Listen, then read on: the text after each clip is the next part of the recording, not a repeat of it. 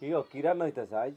আজকে নদীর গুড়া মাছ চচ্চড়ি, এই যে আলু দিয়া, টমেটো দিয়া, বেগুন দিয়া চচ্চড়ি করবো।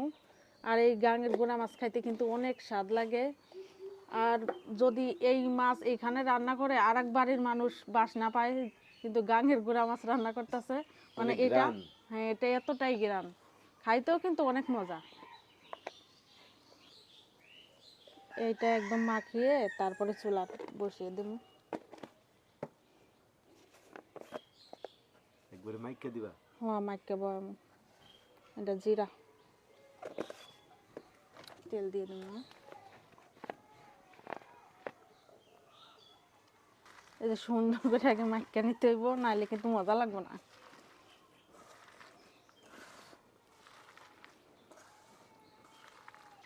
এখন মাছটি দিয়ে আবার মাইকা দেবো, একদম গোড়া টাটকা মাছ,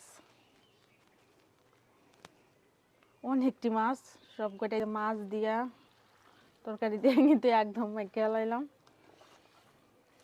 মনার কাকু, হ্যাঁ তেল কি আর একটু দেবো? তেল কিন্তু অনেকটাই দিছি।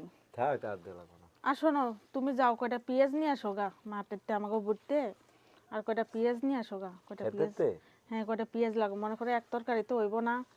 ছোট আপা আসতেছে আবার, ছোট আপার জামাই। এই যে মাখা হয়ে গেছে, এখন চলাই বসাই দিলাম।